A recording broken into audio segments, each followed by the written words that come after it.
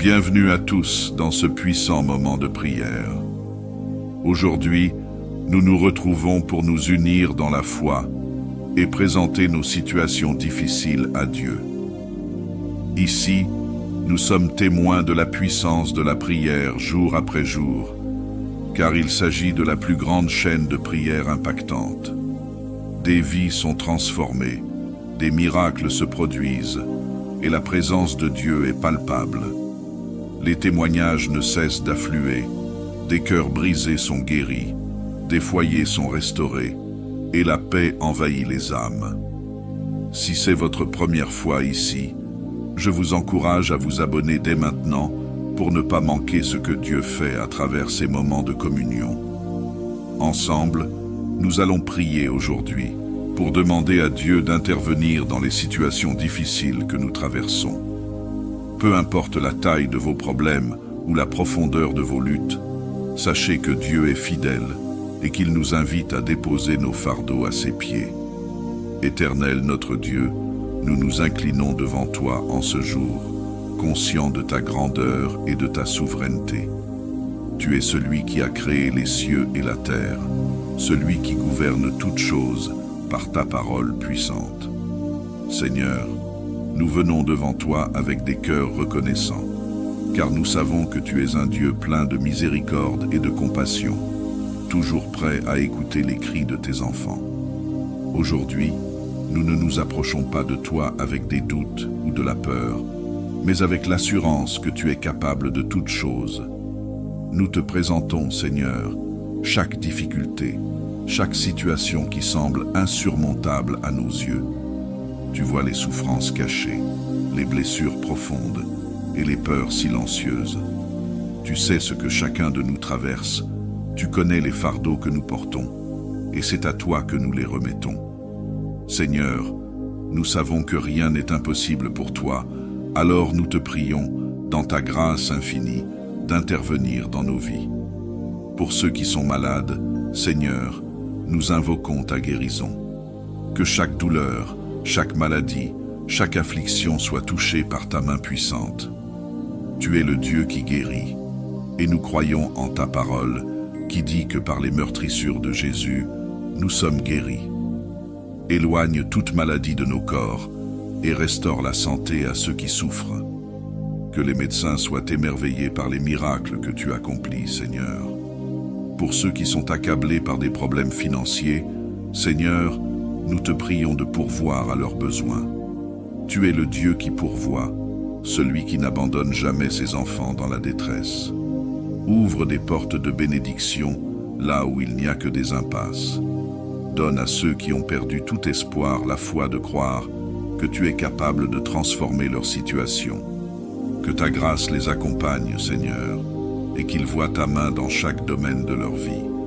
Seigneur, nous prions aussi pour ceux qui traversent des tempêtes dans leurs relations, que ce soit dans leur mariage, avec leurs enfants ou dans leurs amitiés. Nous te demandons d'apporter la réconciliation. Que ton amour, qui couvre une multitude de péchés, soit le lien qui restaure et renforce les relations brisées. Qu'il n'y ait plus de division, plus de rancune, plus de disputes, mais seulement ta paix et ton amour qui règnent dans les foyers. Père, pour ceux qui sont tourmentés dans leur esprit, ceux qui se sentent accablés par l'angoisse, la dépression ou les attaques de l'ennemi, nous prions pour ta délivrance. Envoie ta lumière dans les ténèbres, Seigneur, et chasse toute forme d'oppression. Nous proclamons la liberté dans le nom puissant de Jésus. Nous déclarons que toute chaîne de l'ennemi est brisée, que tout esprit de peur, de doute ou de confusion est chassé loin de nous. Que ta paix, qui surpasse toute intelligence, inonde nos cœurs et nos esprits. Seigneur, nous te remettons également nos projets, nos rêves et nos aspirations. Nous savons que tu as des plans pour nous, des projets de paix et non de malheur, pour nous donner un avenir et une espérance. Nous te demandons de guider nos pas, de nous diriger dans les bonnes voies et de fermer toutes les portes qui ne sont pas de toi. Que chaque décision que nous prenons soit éclairé par ta sagesse. Nous te prions également pour nos familles et nos proches. Protège-les de tout mal, Seigneur. Mets tes anges autour de ceux que nous aimons. Que ta protection soit sur eux dans leurs allées et venues, qu'ils soient gardés des accidents, des maladies et de toute attaque de l'ennemi. Que ta main bienveillante soit sur eux chaque jour. Enfin, Seigneur, nous te confions chaque aspect de notre vie spirituelle. Fortifie notre foi, Seigneur, et donne-nous le zèle de te chercher chaque jour. Que notre relation avec toi soit la priorité de nos vies. Donne-nous un cœur qui désire te prier sans cesse, un esprit fervent dans la prière et une volonté de te servir fidèlement. Que nos cœurs ne se laissent jamais distraire par les choses de ce monde, mais qu'ils soient toujours tournés vers toi. Merci, Seigneur, parce que nous savons que tu entends et exauces nos prières. Nous croyons que tu es déjà en train d'agir dans nos vies, que tu es déjà en train de renverser les montagnes et de rendre droit les chemins tortueux. À toi soit toute la gloire, l'honneur et la louange pour les merveilles que tu accompliras. Dans le nom précieux de Jésus-Christ, nous avons prié. Amen. Si cette prière vous a touché et que vous croyez que Dieu agit dans vos situations, laissez un commentaire avec ces mots. Dieu, délivre-moi de mes difficultés. Partagez votre témoignage de ce que Dieu fait dans votre vie. Likez cette vidéo si vous avez été béni par ce moment de prière. Et n'oubliez pas de vous abonner pour continuer à prier avec nous et voir la main de Dieu se manifester dans vos vies. Nous allons maintenant méditer sur la puissance de la prière et les bienfaits qu'elle procure à ceux qui persévèrent dans une vie de communion avec Dieu. Le texte que nous allons méditer se trouve dans Jacques 5,16. La prière fervente du juste a une grande efficacité. Ce verset, simple en apparence, révèle une vérité spirituelle d'une profondeur incommensurable. Il nous parle du potentiel infini qui réside dans la prière lorsqu'elle est faite avec foi, persistance et dans un cœur juste devant Dieu. L'appel à une prière fervente.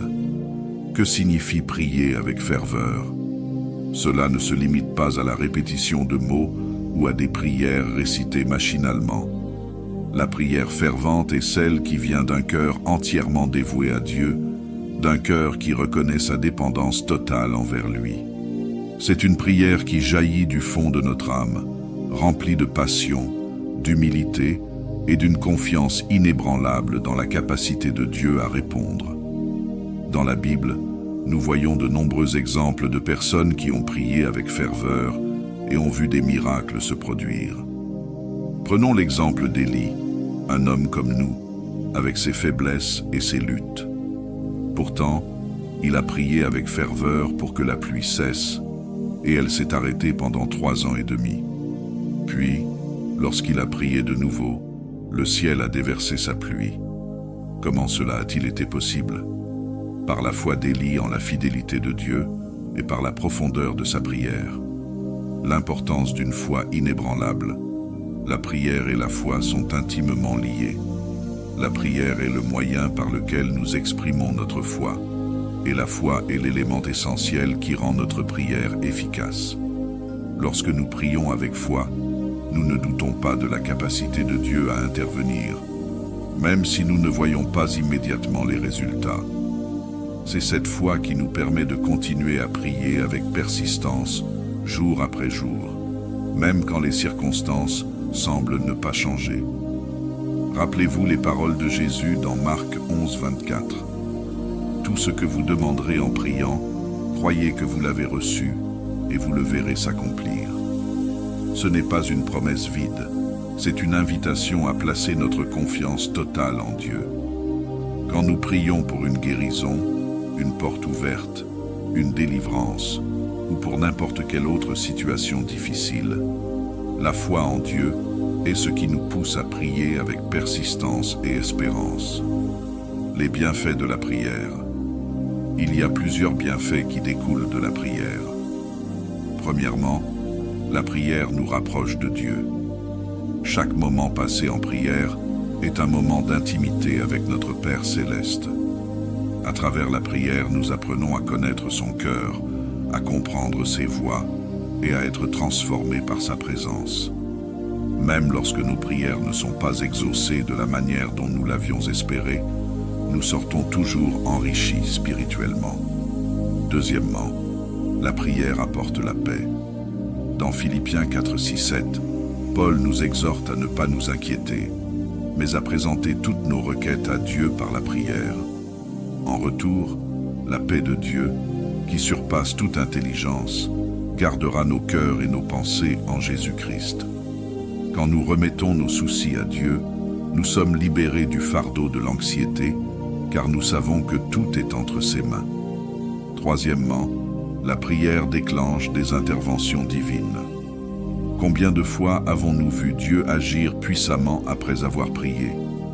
Que ce soit par des guérisons miraculeuses, des portes qui s'ouvrent soudainement ou des changements inattendus dans des situations impossibles, Dieu répond à la prière de ses enfants. Même quand la réponse semble tarder, Dieu est toujours à l'œuvre dans les coulisses. Nous devons apprendre à lui faire confiance et à persévérer. La prière, une arme spirituelle. Dans la bataille spirituelle que nous menons chaque jour, la prière est notre arme la plus puissante. Éphésiens 6, 18 nous exhorte à prier en tout temps, avec toutes sortes de prières et de supplications.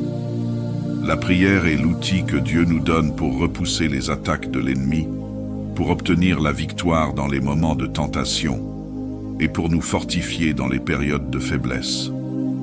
La prière n'est pas seulement une requête adressée à Dieu, c'est aussi une déclaration de notre foi et de notre dépendance à lui.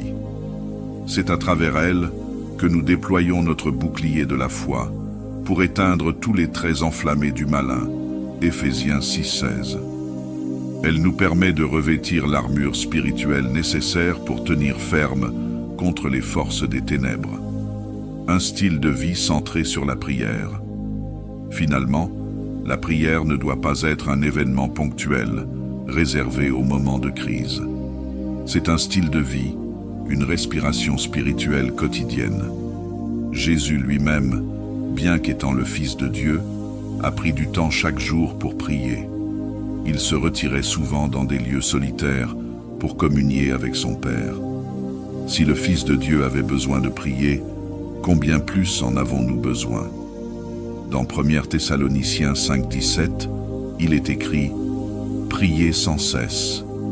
Cette exhortation ne signifie pas que nous devons être à genoux en permanence, mais que notre cœur et notre esprit doivent être constamment tournés vers Dieu. Nous allons maintenant lire 2 chapitres du livre des psaumes qui fortifient notre foi.